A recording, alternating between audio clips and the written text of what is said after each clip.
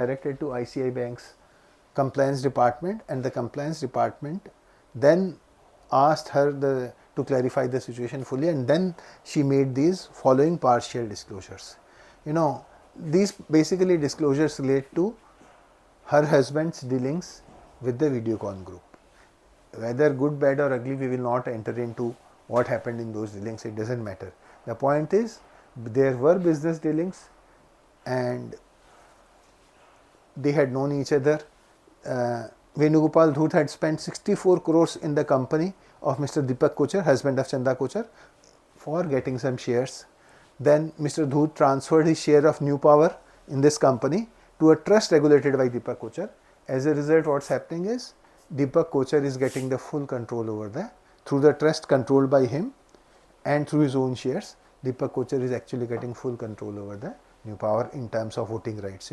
If say she is having 25% voting rights, and if us are having 30% voting rights, because of she transferring her interest to a trust which we are controlling, effectively we are now having 55% voting right, and then we can do whatever we want, right? Next. So the real issue was,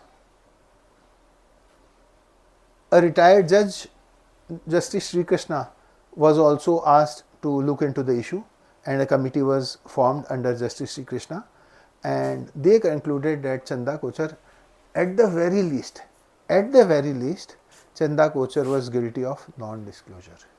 At the very least, Chanda Kochar was guilty of non-disclosure. Are you getting the point? कि बोला क्यों नहीं? अगर था भी, even if everything was done fairly, you did not disclose, right? So that was the issue. Right. Next. So Kingfisher, yeah. Shall we do one more or shall we stop? We only have 12 minutes.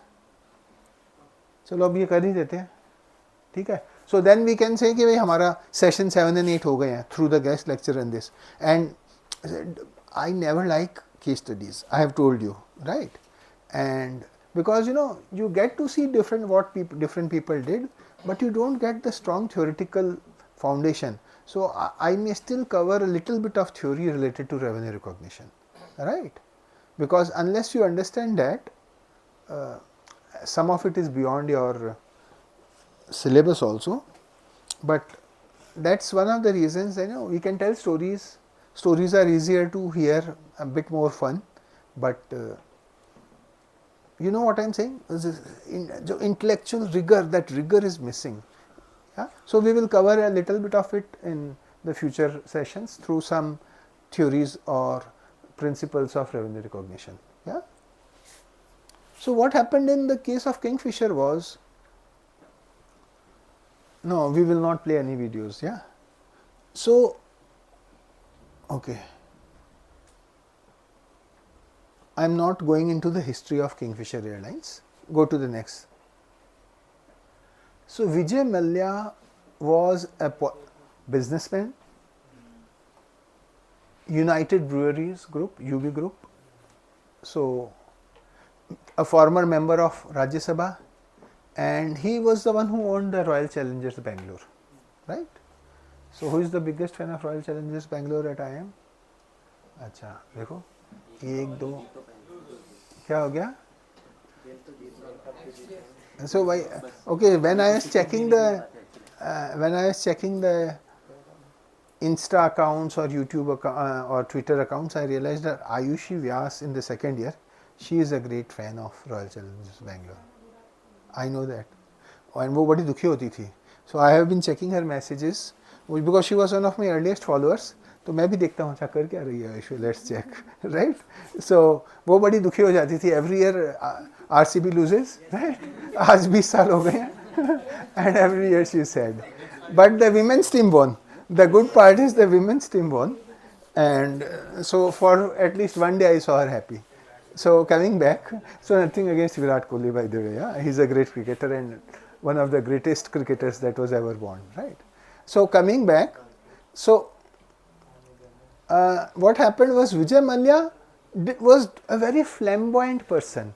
He was a very flamboyant person. The UB group was doing great.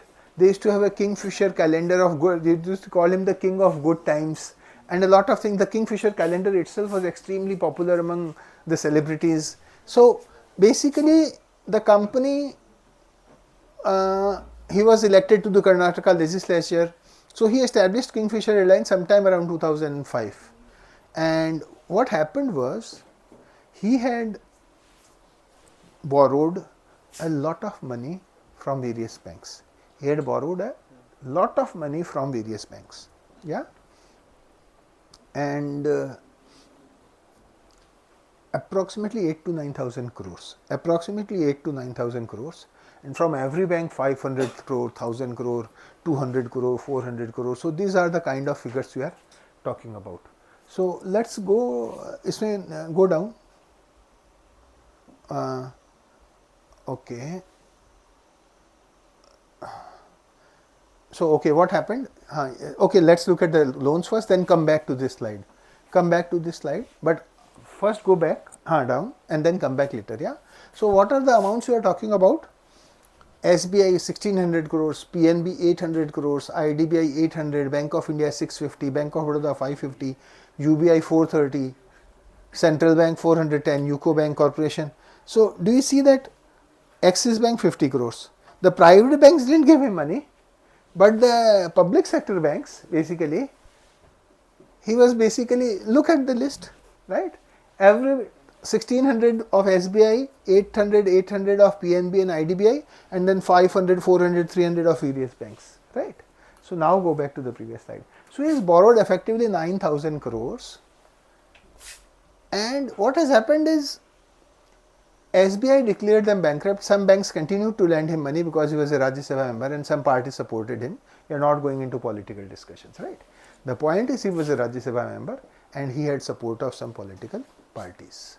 His firm Kingfisher also collected passenger service tax, provident fund and employee income tax, but did not report it to PF or IT authorities. When you collect provident fund, you are supposed to deposit it in the employees provident fund, right? We have a regional provident fund commissioner, right? Similarly, so regional provident fund commissioner where you have to deposit all your PF deductions of employees, and that is employees money. When you deduct tax from an employee's salary, we have this TDS for generally for everything, but even for salaries also, they, based on your income, they will take make a deduction. So all that money should be deposited to income tax department, has to be deposited or given to the income tax department, and so he has taken away the monies of provident fund or income tax. Then of course he has not refunded the bank loans, and then of course he had it is alleged, it is alleged. So whenever I say anything against a person, what I mean is, it is alleged that the person did so. So it is not my personal allegation against the person, it is alleged by people, right? So it is alleged that he had siphoned money from the company for private purposes.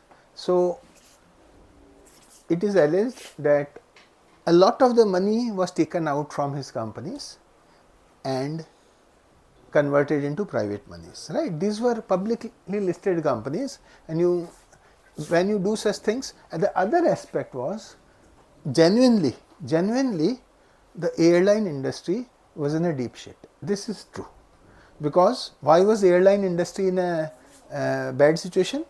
Go to the next slide. One more. So what were the major reasons for failure of Kingfisher? One was an inadequate business strategy. So the airline industry has been suffering since 2004-05 actually. So everybody is suffering. It's not that only Kingfisher was suffering. Air Deccan was taken over by Kingfisher. Jet Airways suffered, disappeared. SpiceJet is in deep financial trouble. So other than Indigo, nobody has really prospered. Other than Indigo, nobody has really prospered. And okay, Air India, now that it has been taken over by Tatas, and Vistara was actually originally formed as a joint venture between Tatas and Singapore Airlines, right? and now Vistara and Air India are getting merged in November, right? So they have the backing of Tata Group, and we all know Tata Group is a highly reputed group, right? So Tata Group backing makes it one confident that yes, the airline will succeed because they are known to be great. I mean, everyone knows that everyone has faith in the Tata Group, right? So coming back, so inadequate business strategy because he was a very flamboyant person. He was not a typical businessman.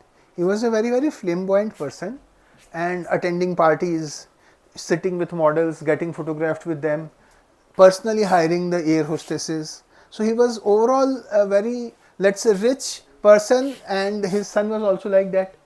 And so what they did was they were spending more. The company started as an economy class service, then they transitioned to a luxury class service, and then they acquired a low cost carrier, Air Deccan. Passengers lost interest in the, because the target audience kept changing. Are you catering to luxury class service or are you a low cost carrier? Because Air Deccan was like a low cost carrier, right? And